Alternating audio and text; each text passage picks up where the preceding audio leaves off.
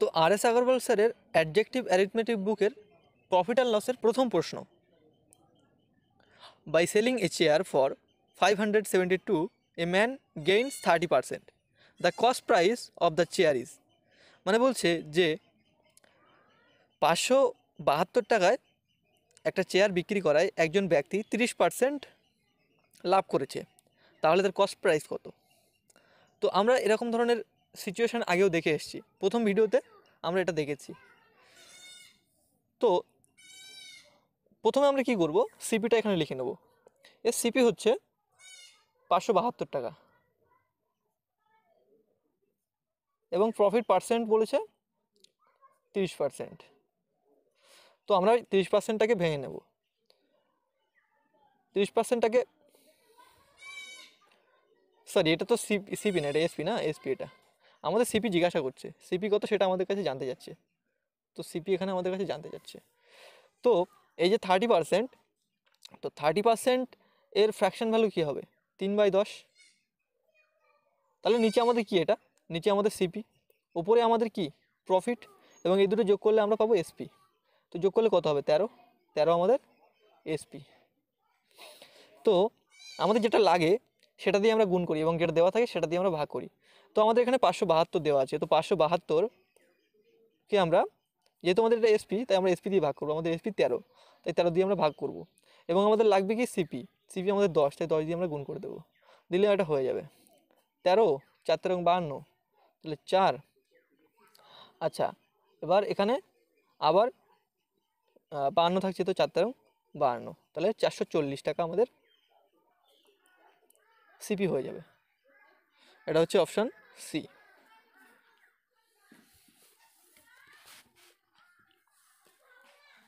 তো 2 নম্বর প্রশ্নটা বলছে, Amit sold an umbrella for ₹680, losing 15%, the cost price of the umbrella is.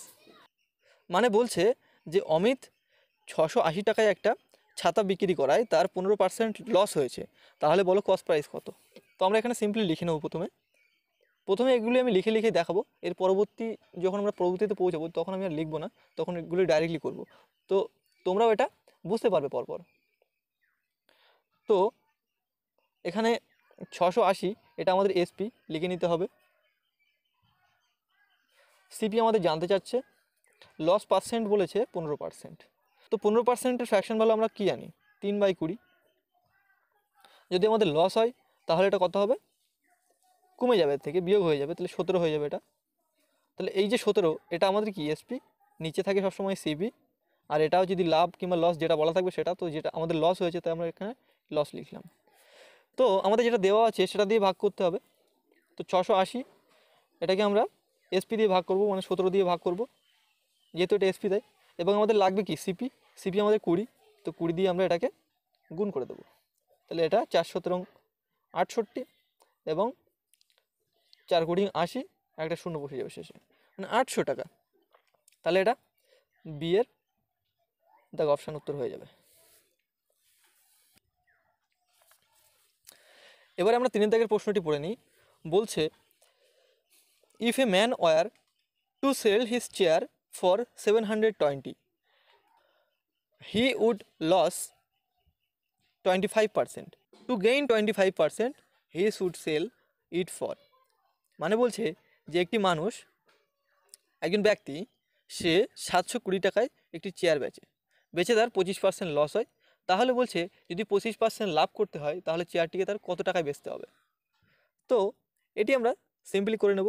আমাদের এখানে বলা আছে যে এসপি 720, তো আমরা এসপিটা এখানে লিখে নেব 720। সিপি আমরা জানি না। প্রথমে আমাদের কি হয়েছে?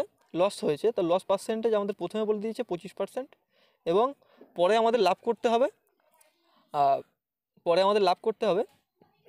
25%, তাহলে 25% লাভ করতে হবে। তো যখন আমাদের 25% লস হচ্ছিল তখন এটা ছিল কত? 1/4, উপরেটা ছিল লস, নিচেরটা ছিল সিপি, এবং এই দুটো এর থেকে এটা বিয়োগ করে দিলে 3 হলো এসপি। আর এখানে প্রফিটের ক্ষেত্রে কি হচ্ছে? প্রফিটের ক্ষেত্রে 1/4, নিচে হলো সিপি, উপরে এটা আমাদের প্রফিট, এবং এই দুটোকে যোগ করলে আমরা পাচ্ছি এসপি। তো যোগ করলে আমরা কি পাবো? 5। তাহলে আমরা কী দেখতে পাচ্ছি, যখন আমাদের প্রফিট হচ্ছে তখন আমরা যোগ করছি, যখন আমাদের লস হচ্ছে তখন আমরা বিয়োগ করছি, বিয়োগ করে এসপি বার করছি। তো প্রথমে আমরা কী বের করবো, এখান থেকে সিপি বের করবো। তো প্রথম কেসটাই আমাদের লস হয়েছে, তো আমরা কী করব, 720 এটাকে আমরা ভাগ করব কি দিয়ে, আমাদের এসপি 3 টাকা, তো 3 দিয়ে ভাগ করব, এবং আমাদের লাগবে সিপিতে 4 দিয়ে গুণ করে দেবো। তাহলে আমাদের এখানে সিপি 4 দিয়ে যখনই গুণ করলাম তখন আমাদের এটা কস্ট প্রাইস হয়ে গেল, এইটা পুরোটা এখন কস্ট প্রাইস হয়ে গেল। এইবার যখন কস্ট প্রাইস হয়ে গেছে তো আমরা এই কস্ট প্রাইসকে কস্ট প্রাইস দিয়েই ভাগ করব। তাহলে আমাদের পরবর্তীতে আমাদের এসপি জিজ্ঞেস করছে যে পরবর্তীতে আমাদের কত টাকায় বেচতে হবে। তো আমরা কস্ট প্রাইসকে, এটা তো এখন কস্ট প্রাইস পুরোটা, এই পুরোটা এখন কস্ট প্রাইস হয়ে গেছে। তো এই কস্ট প্রাইসকে আমি আমাদের কস্ট প্রাইস দিয়ে ভাগ করব, তো এই 4 দিয়ে ভাগ করলাম। এবং আমাদের যেটা লাগবে এসপি, তো এসপি হচ্ছে 5, তো 5 দিয়ে গুণ করে দেবো। তো এই 4 সঙ্গে 4 কেটে যাবে, এর সঙ্গে 3 24 24 72, 5 24 120, তো এটা কত হয়ে যাবে 120, এবং তারপর এটা একটা শূন্য, তাহলে 1200। এটা আমাদের উত্তর হয়ে যাবে, এর দাগ, অপশান এ। এরপরে 4 দাগের প্রশ্নটা পড়ে নেওয়া যাক। A man sells his typewriter at 5% loss. If he sells it for 80 more, he gains 5%. The cost price of the typewriter is.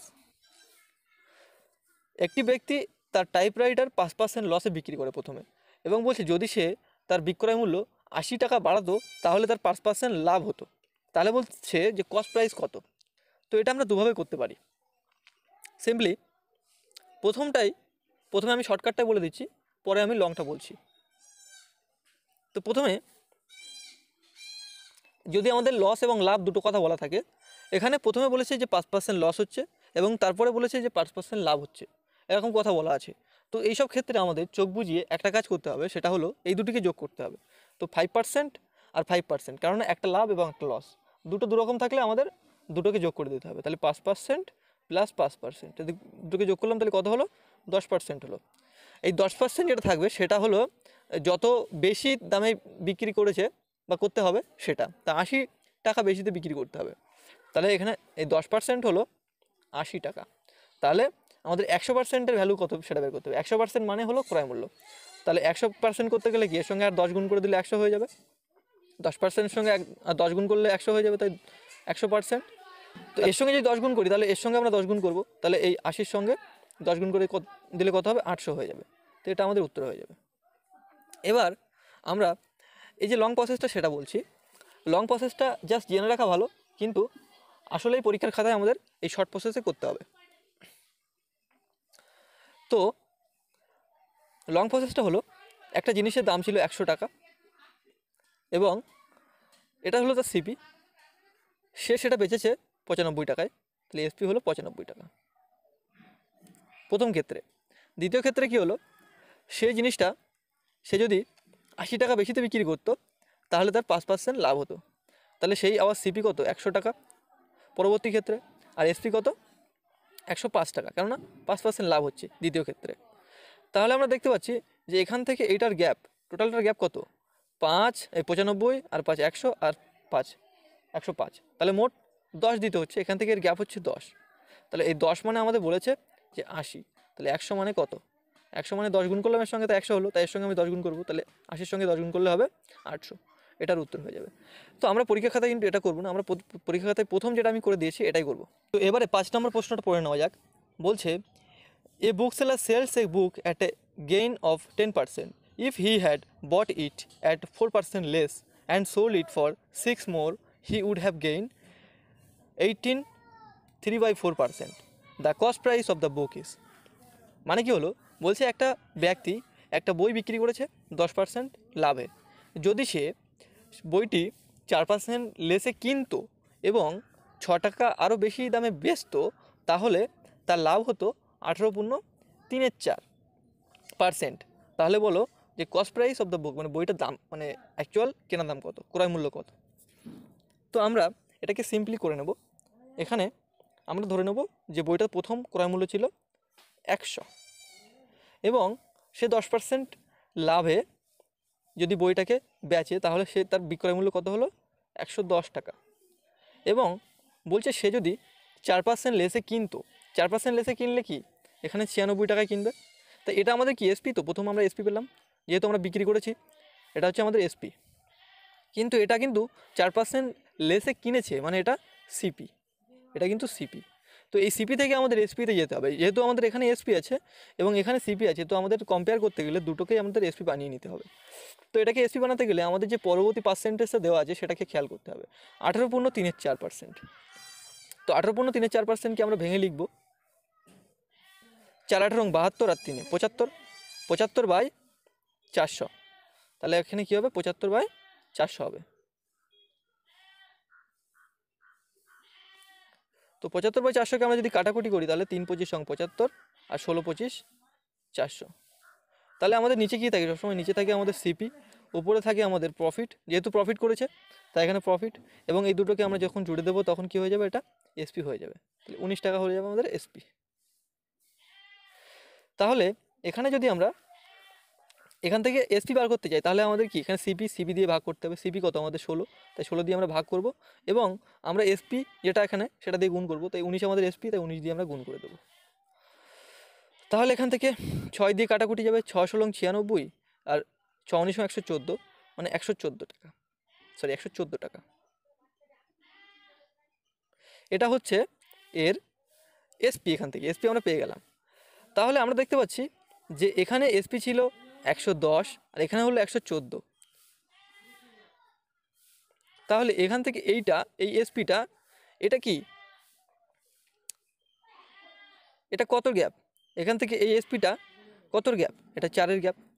আর এই 4 মানেই বলেছে যে 6 টাকা বেশি। এখান থেকে এখান থেকে এটা 114 টাকা মানে কি 4 টাকা বেশি, আর এই 4 টাকা মানে বেশি, মানে এখানে প্রশ্নে বলেছে যে 6 টাকা বেশি। তাহলে এখানে 4 মানে যদি 6 হয় তাহলে আমাদের 100 মানে কত, তাহলে 4-এর সঙ্গে কত গুণ করলে 100 হবে, 25 গুণ করলে 100 হবে। তো 25, তাহলে এর সঙ্গে আমরা 25 গুণ করব, তাহলে 100 মানে হলো 150, 6 × 25 = 150, তাহলে 150 আমাদের উত্তর হয়ে যাবে সি এর।